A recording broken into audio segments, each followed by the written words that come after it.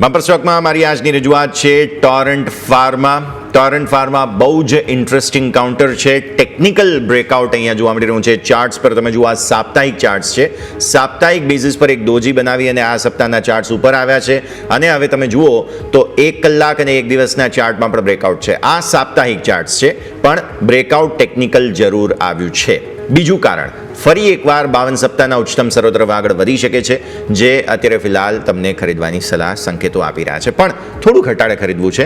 આ સપ્તાહે જો 3180 આસપાસ લેવલ આવે એ સારી જગ્યા છે, કારણ કે 10 દિવસની મૂવિંગ એવરેજ ડેઇલી ચાર્ટ્સ પર ત્યાં આવે છે. તો ખરીદો. 3371ના પહેલા ટાર્ગેટ્સ છે. લોંગ ટર્મ ટાર્ગેટ્સ 3500ના બની રહ્યા છે, કારણ કે એ 52 સપ્તાહના ઉચ્ચતમ સ્તરોને ઉપર પછી એ લેવલ બને છે. અને સ્ટોપ લોસ રાખવો છે 3100નો, કારણ કે વારંવાર ત્યાંથી સપોર્ટ લઈને માર્કેટ્સ ઉપર આવવાની કોશિશ કરે છે. સો ટોરન્ટ ફાર્મા ટેકનિકલ પસંદગી છે, પણ લોંગ ટર્મના ટાર્ગેટ્સ હજુ પણ સારા બની શકે તેમ છે. યોમિક, આપની પસંદગી. જી યસ, હવે ટેકનિકલી તમે આજે લઈ લીધું છે, બાકી જો તમે આ સ્ટોક ના લીધો તો ઓબ્વિયસલી ટોરન્ટ ફાર્મા હું પણ લેવાનો જ હતો. બિલકુલ.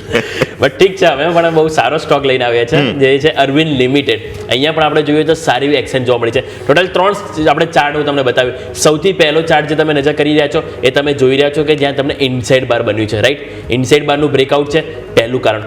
બીજો ચાર્ટ તમે નજર કરો તો ત્યાં તમને હેકીનેસી પેટર્નમાં તમને અહીંથી તેજીનું સેટઅપ બન્યું છે, એટલે ત્યાં પણ તમે નજર કરો તો તમને હેકીનેસી પેટર્નનું તેજ સેટઅપ બન્યું. ત્રીજો ચાર્ટ લઈને આવો. હવે તમે વીકલી ચાર્ટમાં નજર કરો તો ત્યાં તમને 10 ડે એક્સપોનેન્શિયલ એવરેજ અને 50 ડે એક્સપોનેન્શિયલ બંનેમાં તમને અહીંથી સારો અપસાઇડ અહીંથી જોવા મળી રહી છે, જ્યાંથી સપોર્ટ મળ્યો છે. 10 ઉપર તમે જુઓ તો ડોજી કેન્ડલ બની અને ત્યાંથી સપોર્ટ લાઈન 50 EMA તમે ક્રોસ કર્યું છે. એટલે કે આપણને વીકલી ચાર્ટ, ડેઇલી ચાર્ટ આપણને ત્રણેયમાં કન્ફર્મેશન મળી રહ્યા છે. એટલા માટે હવે આવો ટાર્ગેટની વાત કરી લઈએ તો ટાર્ગેટ અહીંયાથી સૌથી પહેલાં તમારા માટેથી હોવું જોઈએ એ છે 380, અને જો એની ઉપર સસ્ટેન જશે તો 400 રૂપિયાનો ટાર્ગેટ આપણને અરવિંદ લિમિટેડમાં જોવા મળશે. અને સપોર્ટ એકદમ નજીક આપણે રાખીશું, એ છે 356 રૂપિયા. અત્યારે હાલ આપણે 367 આજુબાજુ કારોબાર છે, અને 356 એટલે કે 11 રૂપિયા નીચે આપણે અહીંથી સપોર્ટ રાખીશું. ઉપરની તરફ 380 અને 400ના લેવલ આપણને આ સ્ટોક આપવા માટે સક્ષમ છે, એવું અહીંયાથી આપણને હાલ જોવા મળી રહ્યું છે. યસ.